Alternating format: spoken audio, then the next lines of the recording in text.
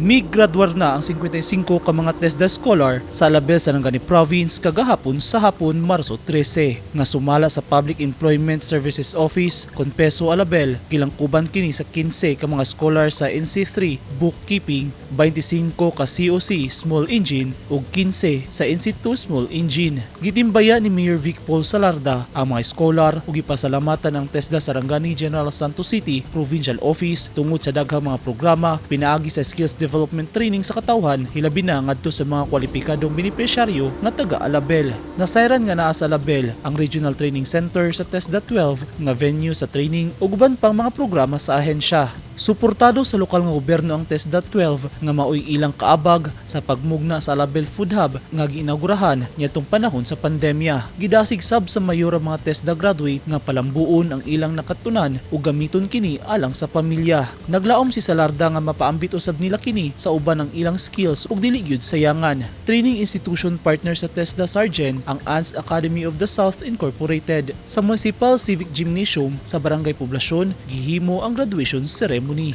Eugene Hinutan, Newsline Philippines. Stay safe.